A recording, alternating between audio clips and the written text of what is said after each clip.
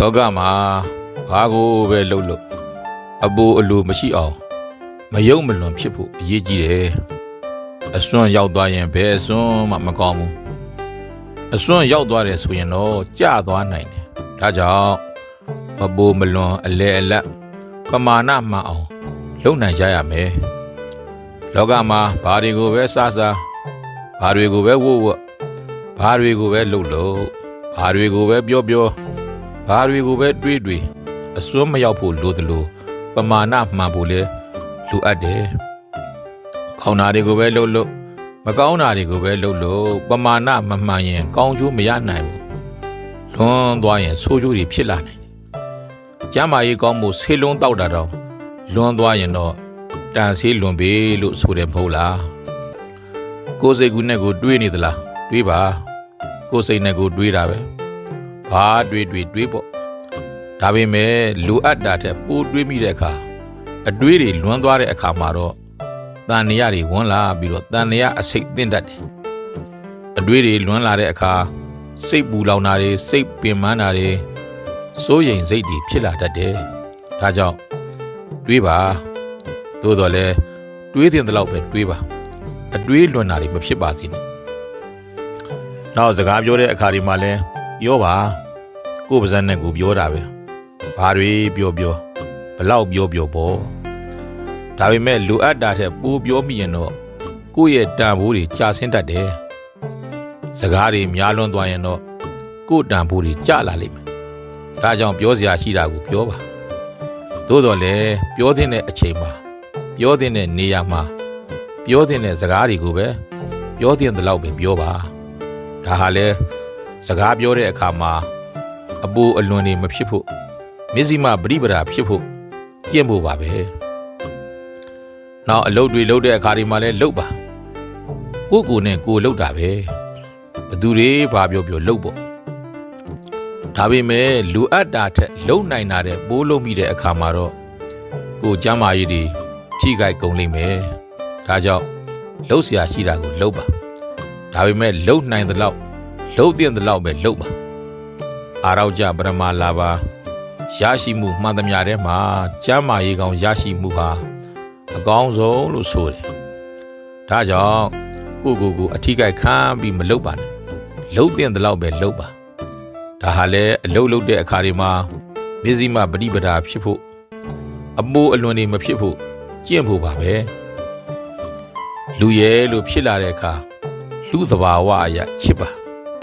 ကိုနှလုံးသားနဲ့ကိုချစ်တာပဲဘလောက်ချစ်ဘယ်လိုချစ်ဘသူချစ်ပေါ့ဒါပေမဲ့လူအပ်တာတဲ့ပိုးချစ်ပြမိသွားတဲ့အခါမှာတော့ကိုတန်ဖိုးတွေကြားပြီးတော့ကိုတန်ဖိုးမထားပဲကိုတန်ဖိုးတွေလျှော့ချခံရတတ်တယ်အဲ့ဒီအခါမှာဆင်းရဲဒုက္ခတွေတွေ့ကြုံခံစားရတတ်တယ်ဒါကြောင့်ချစ်ပါသို့တော်လည်းချစ်တဲ့လောက်ပဲချစ်ပါဒါဟာလည်းဘဝမှာတွေ့ကြုံတတ်တဲ့အချစ်ရာတွေနဲ့တွေ့ကြုံတဲ့အခါမှာမျက်စိမှပရိပဒါဖြစ်ဖို့အပူအလွန်တွေမဖြစ်ဖို့ပြောရတာပါပဲဝတ်ပါစားပါကိုရှိတာကိုဟာကိုစားတာဝတ်တာပဲဘသူတွေဘယ်လိုမြင်စားပါဝတ်ပါဒါပေမဲ့ကိုခန္ဓာလိုအပ်တာတဲ့ပိုးစားမိတဲ့အခါမှာတော့ကိုဘဝမှာစင်စင်ငြိမ်နဲ့ရုန်းကန်ရှာဖွေနေရလိမ့်မယ်စီကမ်းမရှိစားလွန်တဲ့အခါစားဖို့ရအတွက်ရှာရတဲ့ဆင်းရဲဒုက္ခအစားများသွားလို့တွက်လက်မရှိလေးလံနေတဲ့ဆင်းရဲဒုက္ခအစားတွေများအစားတွေမှားလို့ယောဂတွေများတဲ့ဒုက္ခစတဲ့ဆင်းရဲဒုက္ခတွေခံစားရလိမ့်မယ်ဒါကြောင့်စားတာဝတ်တာကိုစားပါဝတ်ပါသို့တော်လည်းစားတဲ့လောက်ဝတ်တဲ့လောက်ပဲစားပါဝတ်ပါဒါဟာလဲဝတ်တဲ့စားတဲ့အခါတွေမှာမျက်စိမှပရိပဒါဖြစ်ဖို့အပိုးအလွန်တွေမဖြစ်ဖို့သိထားဖို့ပါပဲဒါကြောင့်ဏီကုံးချုပ်ပြောရရင်တော့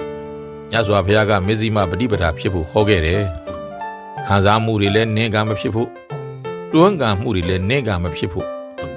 ဘာပဲဖြစ်အလေအလတ်ပမာဏမှန်ဖြစ်ဖို့ဟာဘဝမှာအရေးကြီးတယ်ဆိုတာပြောချင်တာပါ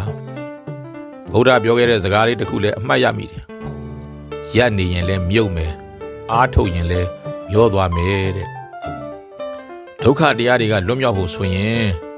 အမြင်အကြအစားအသောက်စတဲ့အာယုန်တွေနဲ့တွေ့ထိခံစားမှုတွေအပေါ်မှာရပ်တည်နေမယ်အဲ့ဒီအာယုန်ခံစားမှုတွေမှာပဲနေမြုပ်ခံစားနေမယ်ဆိုရင်တော့ဘဝမှာဆင်းရဲဒုက္ခတွေလည်းမြုပ်သွားမယ်ဆင်းရဲနေလိမ့်မယ်အဲ့လိုမဟုတ်ပြန်ပဲအဲ့ဒီအမြင်အကြအစားအသောက်စတဲ့အာယုန်တွေကိုလုံးဝမခံစားပဲငင်းဆန်တွန်းကန်နေမယ်ဆိုရင်လည်းဘဝမှာဆင်းရဲဒုက္ခတွေလည်းမျောသွားလိမ့်မယ်တဲ့ဒါကြောင့်ဘာပဲဖြစ်ဖြစ်ပမာဏမှန်ကျင့်သုံးနေထိုင်တတ်ဖို့အရေးကြီးတယ်ဆိုတာသိမြင်ကြစေချင်တယ်ဒါကြောင့်အာယုံခံစားမှုတွေအပေါ်မှာပဲစိတ်ကိုနစ်မြုပ်ပြီးလဲခံစားမနေပါနဲ့ဆင်းရဲတွင်တည်းမြုပ်သွားလိမ့်မယ်အာယုံခံစားမှုတွေကိုလုံးဝဖယ်ရှားတွန်းကန်ပြီးလဲမပြစ်ပါနဲ့ဆင်းရဲဒုက္ခရင်ကြောမျောသွားတာခံရလိမ့်မယ်အာယုန်တွေကိုဘဝအတွက်လူအပ်တဲ့လောက်ပမာဏမှန်သုံးပါအာလုံးအာယုန်တွေရဲ့ဆွဲတာတွန်းတာအာယုန်တွေရဲ့ကြုံမဖြစ်စေပဲအာယုန်တွေကိုလိုသလောက်လိုသလိုအသုံးချနေတဲ့အာယုန်တွေရဲ့အရှင်သခင်ဖြစ်နိုင်ကြပါစေ